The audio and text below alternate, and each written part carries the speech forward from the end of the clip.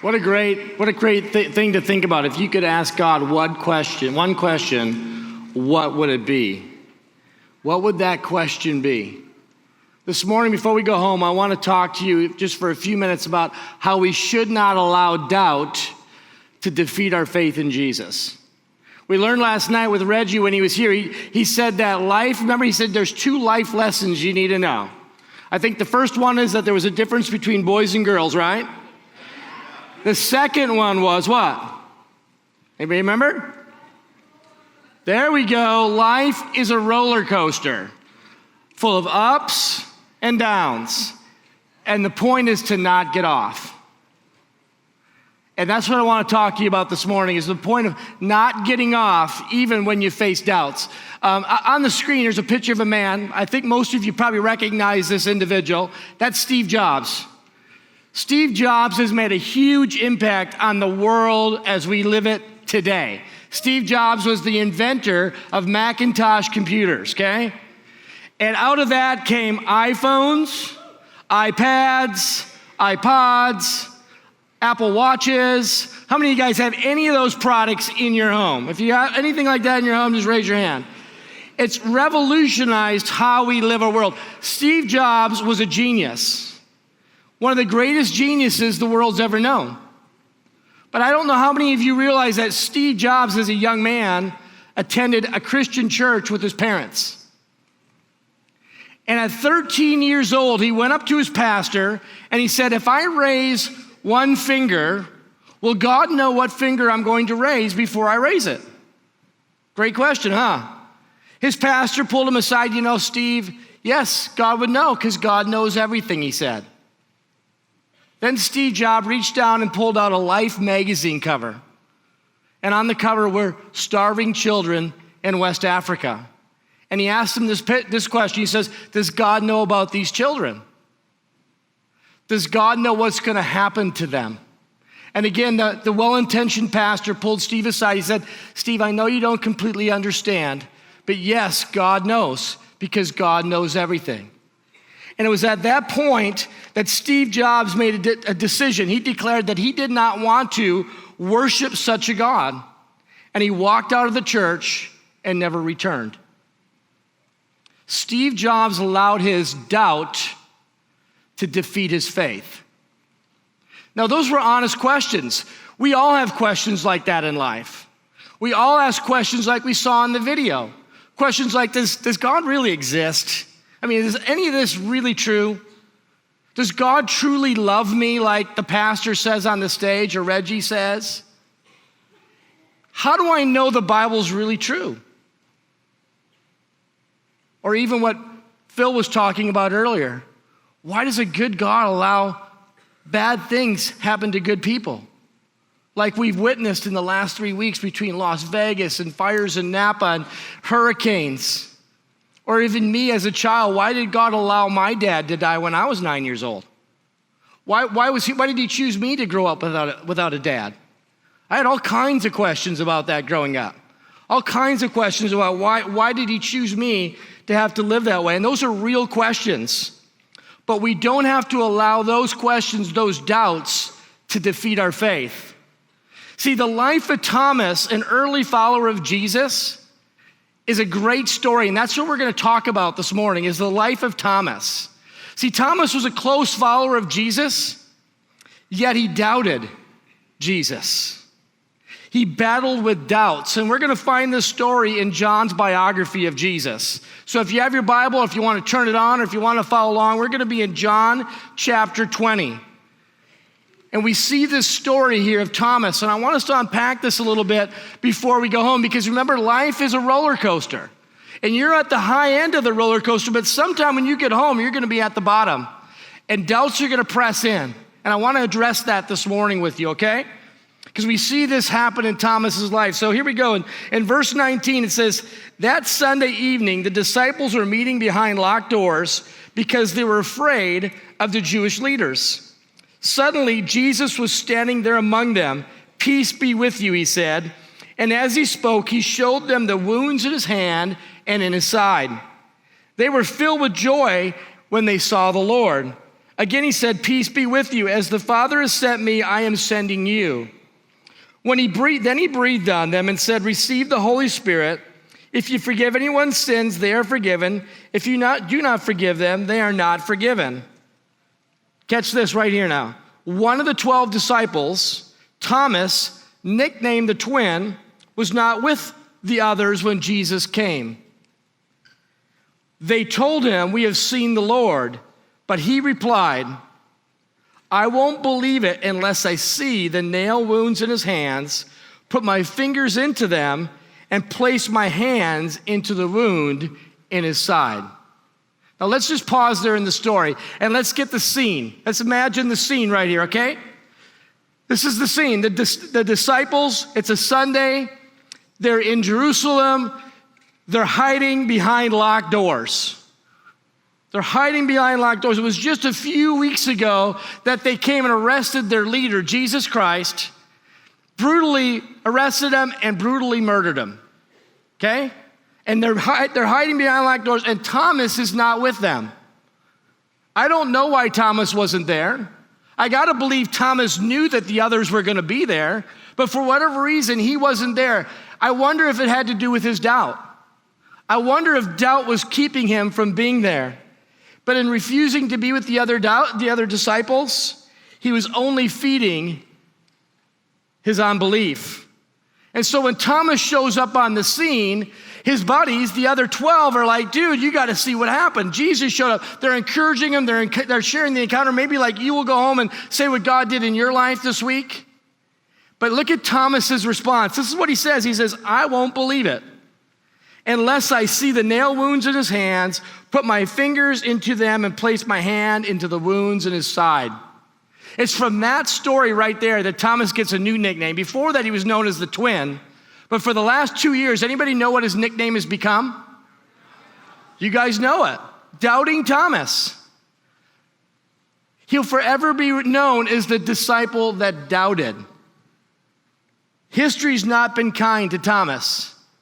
But I don't know if that's fair. Because if the reality is, if you look at it close, we're all a lot like Thomas. We all at times have doubt. And we're like, is that real? Is this really God? Is God going to really do this? Can I really believe all this stuff? And I think it's a tragedy to look at Thomas that way, because the reality is if you look at Thomas other spots in the Bible, you get a different picture of him. Thomas wasn't that bad of a guy. He was pretty good. Matter of fact, when Jesus picked the 12 disciples, he spent all night praying who he should choose, and Thomas made the cut. There's not a lot of scripture in the Bible about Thomas, but there's two large portions that I want us to look at just to get a clear picture of who Thomas is, and they're both found in the book of John. So I want to show you two characteristics of Thomas. The first one is this: Thomas was courageous. He was courageous. We pick up this story in John chapter 11, the same biography book, all right, of Jesus. And in this story, Jesus had been asked to come and see his friend Lazarus because they wanted him to come and pray for him because he was very sick and he was about to die. And Jesus did not go immediately, and in that moment, Lazarus died. And now he's ready to go after the fact. And this is where we pick up the story in verse 14. It says, so then he, that's Jesus, told them plainly, Lazarus is dead, but for your sake, I am glad that I am there. I am not there, so that you may believe. But let us go to him. Then Thomas said to the rest of the disciples, here's Thomas's quote, let us go that we may die with him. Now think about that. Why would Thomas say, let us go that we may die with him? Well, the reality is, to go see Lazarus or where he was and his family, that meant they had to go back to a town named Bethany. And Bethany was only 2 miles from Jerusalem. And in Jerusalem, Jesus was a wanted man. They wanted to kill him. Not only did they want to kill him, they wanted to kill all of his disciples. And they knew it. Thomas knew it. And so Thomas says, let's go and be prepared to die. But let's do it. I don't necessarily think this was a voice of doubt as much as it was devotion. You know, Thomas wasn't a half-hearted follower of Jesus. He might have been a little pessimistic from time to time, but he was he was all in. And at this point, he says, let's go. So he was courageous. Here's the other characteristic I want you to see about Thomas. Thomas was loyal. He was a loyal follower of Jesus who just wanted to be with him wherever he was at. We see this in John 14. So if you're in the same biography book, let's just turn to John 14, a couple chapters the other direction, and we pick up the story in verse 1, another incident where we see Thomas in the story. It says this, then Jesus said, do not let your hearts be troubled. You believe in God, believe also in me. My Father's house has many rooms. If that were not so, I would have told you that if that was not so, would I have told you that I'm going there to prepare a place for you? And if I go to prepare a place for you, I will come back and take you with me, that you also may be where I am. You know the way to the place where I am going. Thomas said to him, here's Thomas talking, Lord, we don't know where you're going, so how can we know the way? And then Jesus said, I am the way, the truth, and the life. No one comes to the Father except through me. Thomas asked an important question. He said, how can we go with you if we don't know where you're going? Again, that's not doubt as much as it is lack of understanding. He wanted to be with Jesus. He wanted to go where he was going, but he wasn't quite getting what he was talking about. That again shows devotion and loyalty to Jesus. And it was an honest question, a sincere desire to be where Jesus was at. See, Thomas was a loving and loyal friend to Jesus. Thomas's problem was he showed up late to the resurrection party. He wasn't there when Jesus showed up with his other buddies, the other 10 that were still around. And the other disciples try to encourage him. They share the excitement with them. Man, we saw Jesus. He's alive. But Thomas doesn't want anything to do with it. You could almost sense anger in his voice when he says, unless I see and touch the nail marks in his hands and his sides, I will not believe. I will not believe. He didn't say, I have some doubts about this, guys. I'm not sure. He didn't say, guys, I just can't accept that. I can't accept that someone who died 3 days ago is alive now. He didn't say that. He didn't even say, guys, you got to be kidding. He said, I will not believe. That's huge. That's a dangerous way to talk to God, don't you think? To say, I'm not going to believe it. Doubt is one thing, but telling God what you'll accept as proof is a whole nother thing. I mean, that's taking it to a whole nother level. Telling God to come down and settle things on your terms is not what I would recommend any of us in here to do. God's God, I'm not sure if I would recommend that to anyone. Yet that's exactly what Jesus did. And I want to show you the rest of the story. So let's go back into John 20, where after Thomas says, I will not believe. And look what happens. We pick up at verse 26, and it says, 8 days later, the disciples were together again, and this time Thomas was there. He was with them. The doors were locked, but suddenly, as before, Jesus stood among them. Peace be with you, he said. Then he said to Thomas, put your fingers here and look at my hands. Put your hands into my wound, in the wound in my side. Don't be faithless any longer. Believe. My Lord, my God, Thomas exclaimed. Then Jesus told him, you believe because you've seen. Blessed are those who believe without seeing me. Now, why would Jesus show up on the scene and show Thomas such mercy after he refused to believe? Why would he do that? I don't have a clue. I honestly don't have a clue. I thought about that for a long time. I don't know. The Bible doesn't say why. All it says is that he did. He showed up and he did that. And that's a good thing. You know why that's a good thing? Because that tells me, for you and me, that if he did it for Thomas when he was facing doubt, he'll do it for me. When I go through doubt, when I'm not sure, and he'll do it for you. When you're not sure, when you have doubt, he'll show up and he'll extend mercy to you. Friends, we must not judge Thomas too hard and too harshly, because all of us have had times where we've walked in the same shoes of doubt that Thomas has walked in. You know, in the Bible, I don't know if you understand. Let me just give you a little background about the Bible. I don't want to bore you, but this is important for you to understand. I was talking to a young lady actually right down here last night. She came up to me after the service. She said, "How do I know that I'm hearing from the voice of God?" Anybody ever had that question before? How do I know that that's the voice of God?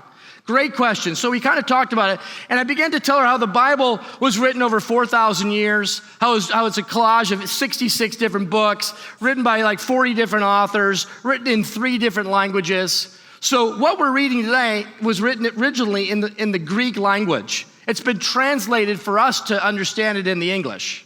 Have we got that? Everybody following? So in the Greek language, there's 3 words that in the English language, we've translated all pretty much the same way most of the time, and that's the word doubt. One of those Greek words is an idea. It's really more like hesitate, like you pause for a second, because we've all hesitated before, right? We understand what that means.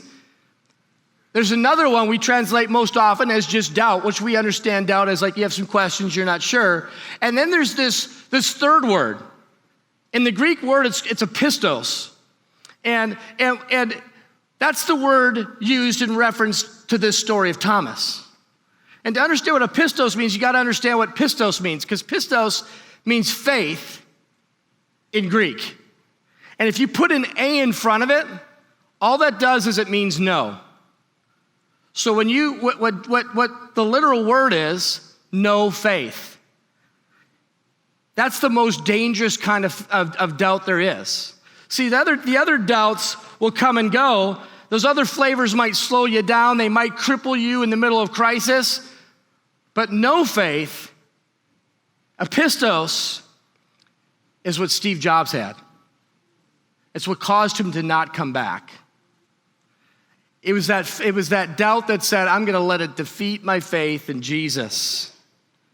Paul warned against this kind of doubt in Hebrews 3 when he said, "See to it, brothers and sisters, that none of you has a sinful, unbelieving pistos heart that turns away from the living God." So perhaps you're just like Thomas and you're struggling here. And you're like, this has been an amazing weekend, but I still have some doubts. I'm not really sure if all this is real, if this stuff's for real or not. I'm not sure if I really believe in miracles like Phil was talking about, we sang about. Or maybe you're going to go home and you're on that high spot on the roller coaster and you're going to come back down to a reality, or at least what you think might be a real reality, but a down point on that roller coaster, and your doubts are going to start coming in. Because we all have moments of doubts. And let me just say, I don't think all doubt's bad. I don't think all doubt's bad. Struggling through doubt can make your faith stronger. It doesn't have to defeat you. It can make your faith stronger. It's doubt left unattended that can fester, grow, and defeat your faith. Let me just say this. Listen up. Everybody's eyes over here. This is important. You may have to doubt the faith of your parents in order to experience God for yourself. And that's okay, as long as you don't keep it unresolved. Please give yourself permission to doubt and ask some questions. I just went through a season of questions in my own life the last 45 days. See, in the last 45 days, my wife became a living organ donor. 2 years ago, she started down a journey with her sister who has a nasty disease called lupus, and it destroyed her kidneys. And 2 years ago, she went down a journey to see if she could give her one of her own kidneys, and they said, your kidney's identical. It would work. And about 45 days ago, we got a phone call and said, it's time to do it. It's time to give that kidney. And I can remember over that 2-year period, I had lots of questions. I'm just shooting straight with you. Questions like, God, why don't you just heal Cheryl? Why don't you just heal her? Why don't you heal that kidney? Why don't you take that nasty disease out of her? Even selfish questions like, why my wife? Why not someone who just died in an accident? Give her that kidney. Why do they have to take my wife's? What if my wife needs her kidney later on in life? But you know what? I made a decision as I began to wrestle through those questions and doubts that I wasn't going to let my doubt to defeat my faith. And that's a choice. And fortunately for Thomas and for all of us, he doesn't leave us standing there all alone in that place of doubt. Jesus shows up and he gives us mercy. Jesus gave Thomas exactly what he needed to believe. He made a second appearance just for Thomas. And Jesus appears behind those locked doors with all the other disciples, and he directly addresses Thomas, and he says this, here are my hands, here are my wounds. Notice he doesn't scold him. He doesn't rebuke him. He doesn't discipline him. What does he do? He shows him mercy. So I want to show you a few facts of how Jesus deals with doubters, because all of us at times are going to deal with doubt. How does Jesus deal with those who doubt? I want to give you three simple things that we see from this story. The first one is this: Jesus already knows about your doubt. By not expressing or telling it doesn't mean he doesn't know what's going on in your brain or in your heart. He knows about your doubt. He knew about Thomas's doubt. He knew how tough his week had been after his friend said Jesus showed up and he wasn't there, and the only one left out. He knew the demand that he said of, I want to see his hands and his side. He knew what it was going to take to believe. This is important to understand because Jesus knows about your doubt and my doubt. He knows where we struggle. He knows when you doubt what you hear in church from your pastor or your youth pastor. So we need to learn to admit it. Just say, Lord, I'm having trouble believing right now. Lord, will you see my doubt? Help me. I believe God desires our honesty. There's a proverb in chapter 16, verse 13 that says this: kings take pleasure in honest lips. I believe God does too. I believe he takes pleasure when we honestly tell him what we're struggling with. Here's the second one. Jesus welcomes honest skepticism. He welcomes honest skepticism. Admitting you're struggling with your faith is not a bad thing. He invited Thomas to come and to look, to see. Jesus can stand up to honest scrutiny. We don't have to hide our doubts. Let him know your questions and be willing to ask and seek honest answers. In Deuteronomy 4, we're told this: but if you look for the Lord your God, you will find him. Whenever you search for him with all your heart and with all your soul.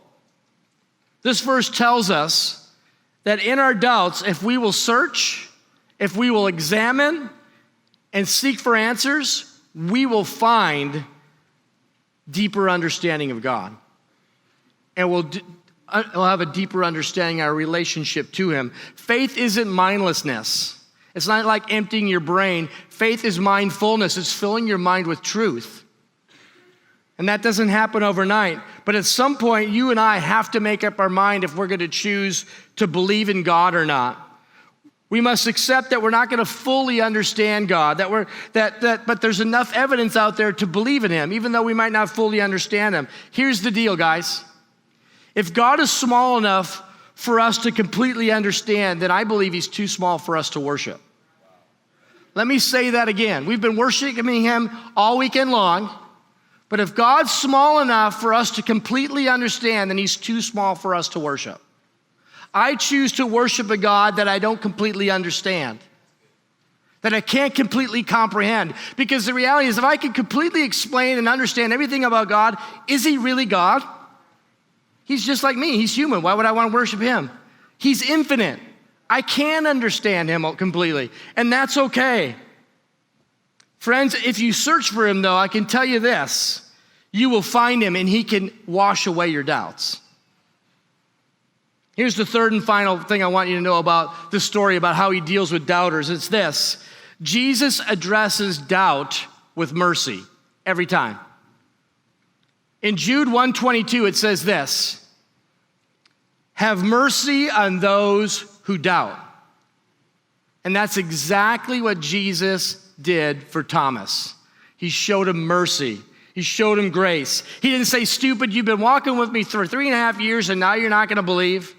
That's not what he did. He simply said, stop doubting. Stop having no faith. See, unresolved doubt will defeat your faith, but resolved doubt will make your faith stronger. Jesus isn't upset with our doubt. Rather, he extends mercy for our doubt. And so after Thomas has this encounter, this unique encounter just between him and the living Lord, he says, my Lord and my God. He started out as a doubter, and he ends up making this profound statement, this declaration. Both these words have a connection to deity. Thomas's confession of faith was a declaration of Jesus' authority, my Lord, my owner. If you were here at Youth Convention last year, we talked about him being the owner of our life. But then his declaration also had an element of deity. He said, my God, my creator. And it was deeply personal because he didn't say God and creator, Lord and God. He said, my Lord and my God. It was personal. He knew exactly what he's saying, and he said it that way on purpose. And I believe that needs to not only be the cry of Thomas, it needs to be the cry of every one of us in this room if we're a follower of Christ. My Lord, my God. Thomas's confession was significant. He believed in Jesus and his faith, and that faith changed him. Let me say this, students, you are not changed because you attend church every Sunday or every Wednesday night in your youth group. You're not saved because you come to a youth convention once a year, even though it's awesome that you do. You're not changed because you have Christian parents, because Christianity isn't a philosophy. It's not a value system. It's not a bunch of great teachings by an amazing man named Jesus. Christianity, as I said the other day, is a historic fact. It's a historic fact that someone died and 3 days later rose again. That's what Christianity is all about. And when you believe that, you will declare, as Thomas did, my Lord, my God, and that will change everything. It's that changes you. It's that faith. So here's the big idea one more time. We shouldn't allow doubt to defeat our faith in Jesus. But here's my question for you before we finish up. Why do you find it hard believing Jesus? When you're in those valleys and those doubts come in, why do you find it hard? Is it because of fear? Are you afraid he's going to ask you to do something that you don't want to do? If so, you're not truly seeing him. You're not seeing him as he truly is. Is it pride? You think you can live your life better than the way he would want you to live it? You know what's best for yourself? Again, if so, you're not seeing him as he truly is. Is it doubt? Are you not convinced that God is completely good? If so, you're not seeing him as he truly is. How do you overcome that? You get into the place where Thomas was. You seek to see Jesus as he truly is, and you do it again and again, as often as you need. You got to see Jesus as he truly is. All his glory, all his power, all his love. Then you'll stand in awe and declare him as my Lord and my God. Then you'll go from a skeptic to a believer. Then you'll go from being a lukewarm follower to being a transformed follower. Then you'll go from being a doubter to being a follower. Life is like a roller coaster. I'm going to ask the band to come back up and get ready because we're going to pray a little bit before we leave this building. But I want to give you three simple things that you can do that when you're on that roller coaster and you're in the valley, you're going down and you're starting to doubt, like we talked about with Steve Jobs, and you're just not sure. 3 things that you can do to prepare for those lows on the roller coaster. Get a pen out, get your phone out, write these down. Important to remember, because we're all going to have those valleys. They may not be the same ones I just went through with my wife, but they're all going to come. And I want to give you what you can do to prepare for them. The first one is this: choose to trust Jesus. Choose to trust. Put it in your phone. Type it down somewhere. Based on what he's already revealed. Choose to trust Jesus based on what he's already revealed. You don't have to understand everything to believe in something. Let me prove that to you. I came here this morning, And I believed that those who helped put this whole production on, when they flipped the switches, the lights would come on, we'd have sound in the back, screens would come on. I have no idea how any of that works. I don't understand any of it, but I believed that it was gonna happen. You know what else? I believed that when we opened the doors, you'd be here. I didn't know how you're gonna get here. I didn't know if you were gonna drive a bus, if you were gonna walk, take take Uber, whatever. I have no idea how you're gonna hear, but I trusted and believed that I would not be standing here on this stage alone. I didn't understand it all, but I trusted it. Don't allow doubt to defeat your faith just because you don't understand everything. You can choose to trust Jesus based on what he's already revealed. Here's the second thing, the second step. Get a fresh look at Jesus from the Bible every day. I was walking through the hallway yesterday with my wife, and a young lady, probably a 9th grader, comes up to me with her friend. She says, "Hey, I gotta talk to you." She says, "I was here last year, and God changed my life." And she said, "I made a decision to read my Bible every day, and I've been reading my Bible every day for the last year." Isn't that amazing? We need to follow that young lady's example and get a fresh look at Jesus. See him as he truly is every day by reading about him in the Bible. When I first became a follower of Jesus, I was 17 years old, halfway through my senior year.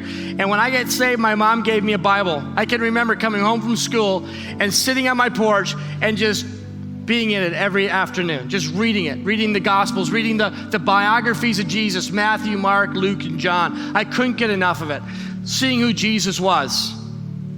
Then my youth pastor gave me a book called Evidence Demands a Verdict by a guy named Josh McDowell. Josh is an interesting character because Josh McDowell was a victim of childhood molestation, and his father was a violent alcoholic. And over the years, anger and shame made him very angry at any concept of God. He didn't want anything to do with God. He was very intellectual.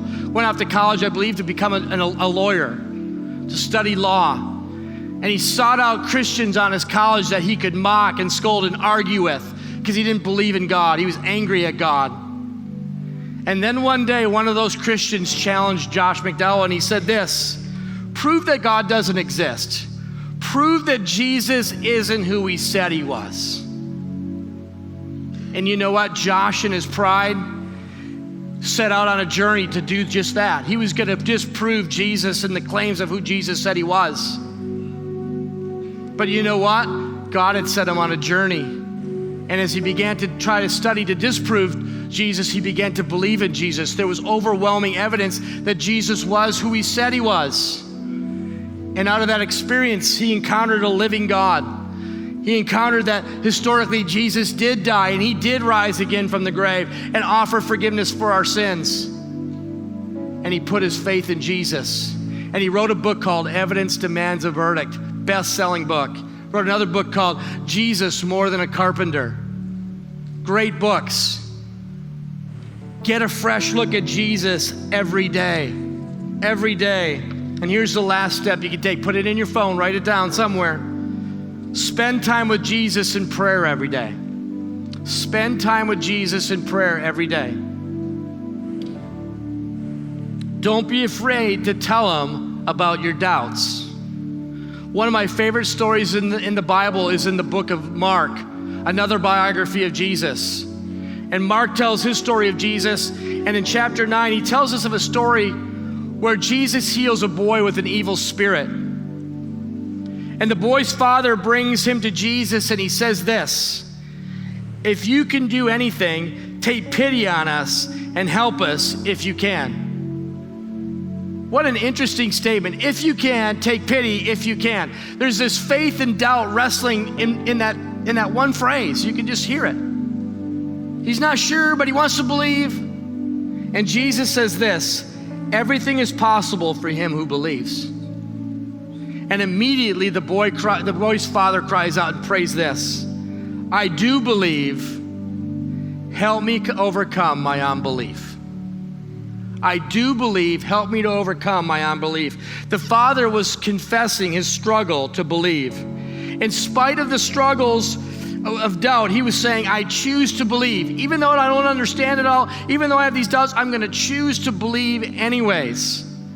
We must learn to pray like that father. Jesus, I believe. Help me overcome my unbelief.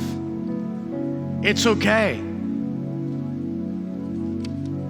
Let me just point out one final thing, and we're going to pray. We must never forget about the special blessing Jesus has for all those who choose to believe now 2,000 years later. That's you and I in this room. Because you remember in the story, verse 29, at the very end, Jesus said this to Thomas, you believe because you've seen me, because you saw the scars in my hand, you saw the wound in my side, you believe. But he goes on and says, blessed are those who believe without seeing me. That's you and I in this room. I haven't seen the wounds in his hands and in his side yet. I don't think any of you have. But I choose to believe, and because I choose to believe, the Bible says, Jesus says, you're blessed, Brian. And that includes every one of you in this room. It's a special promise for us who believe, and that's this: we don't have to allow our doubt to defeat our faith. We don't have to allow our doubt to defeat our faith.